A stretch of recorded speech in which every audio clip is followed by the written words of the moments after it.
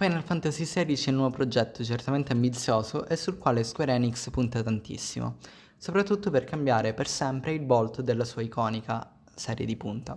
Il gioco è ambientato a Varissea, un mondo diviso in due continenti, Storm e Ash, e mentre esploreremo il mondo di Varissea e ci immergiamo nella storia vincente di Clive, potremmo trovare e scovare al suo interno diversi segreti, riferimenti e dei piccoli omaggi. Ecco allora quindi 10 interessanti easter egg che potete trovare all'interno di Final Fantasy XVI.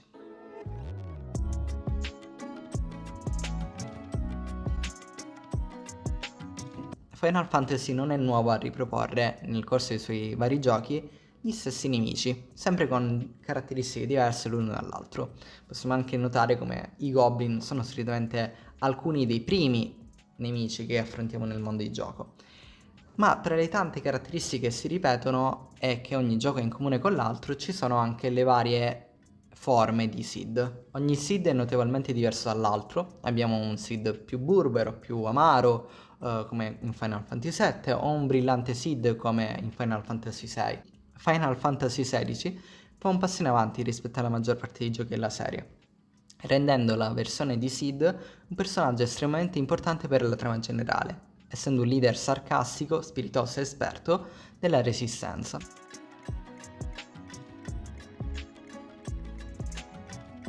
Nei campi coltivati di alcune località del gioco non sarà insolito imbattersi in alcuni spaventapasseri, molto caratteristici.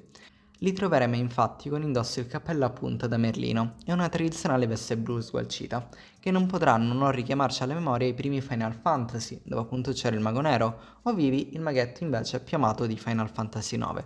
Per alcuni potrebbe addirittura trattarsi di un possibile indizio messo di proposito dagli sviluppatori per alimentare le teorie sullo sviluppo di un remake di Final Fantasy IX. Questo easter egg è presente soltanto nella versione inglese del gioco, infatti uccidendo 10 bersagli ricercati otterremo un trofeo che si chiama Think Mark. Ora, questo gioco di parole in realtà fa riferimento al meme di Invincible, dove appunto il protagonista si rivolge al figlio Mark, e i Notorious Mark, che sono appunto questi mostri abbastanza forti che ci permettono di ottenere il trofeo relativo e quindi da cacciatori di taglie.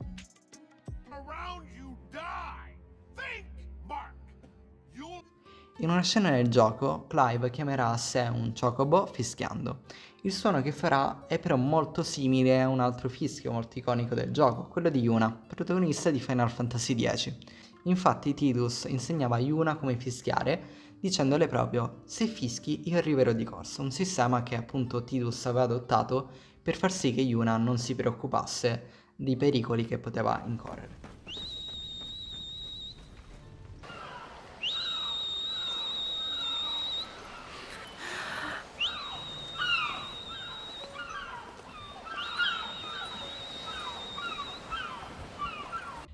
Final Fantasy XVI è stato sia celebrato sia criticato per le sue somiglianze stilistiche con la serie di libri Le cronache del ghiaccio e del fuoco di George Martin e quindi anche con Game of Thrones. Tra le tante possiamo osservare nelle scene iniziali Benedicta che si rivolge a Yugo, il dominante dell'Eikon Titano, come al suo leone.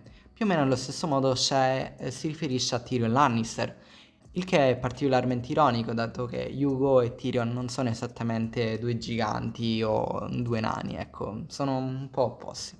Oh, my love. You are a lion. You're my lion.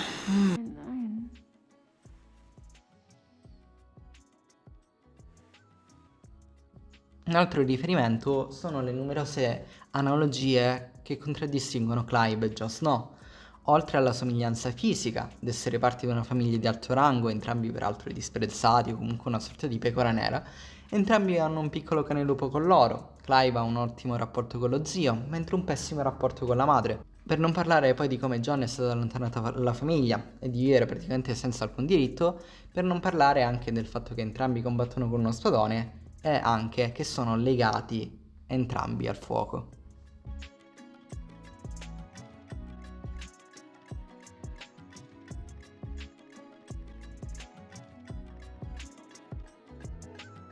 All'inizio del gioco, quando l'impero metterà ferro e fuoco a Porta Fenice, Clive si scontrerà con un cavaliere molto particolare.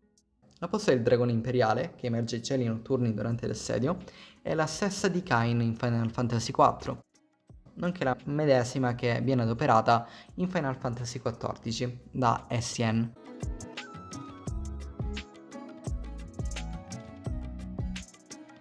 Nel rifugio di Sid, una località che visiteremo spesso nel corso dell'avventura e che funge da hub centrale per svariate attività di gioco, potremo scovare un orchestron, un dispositivo che riproduce brani musicali mediante l'inserimento di apposite bobine.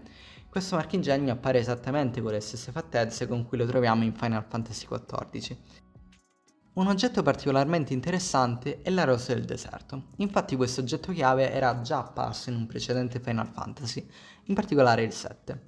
Qui tuttavia era un premio che si otteneva sconfiggendo la Rubino Weapon nel deserto, quindi stiamo parlando di fine gioco inoltrato ormai con tutti i personaggi livellati al massimo, che era uno dei super boss segreti di questo splendido capitolo. Concludiamo questa serie di curiosità e easter egg con quello che può essere considerato un mistero non ancora risolto.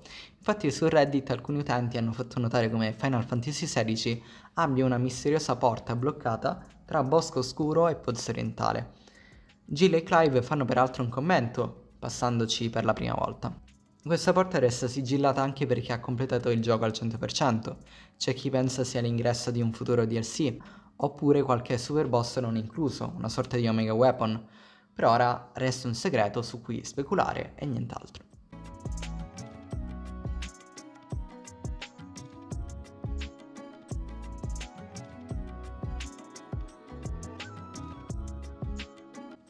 Il video è concluso, vi ringrazio per la visione. Se vi è piaciuto lasciate un like o un commento, magari se avete trovato qualche altro easter egg, e alla prossima!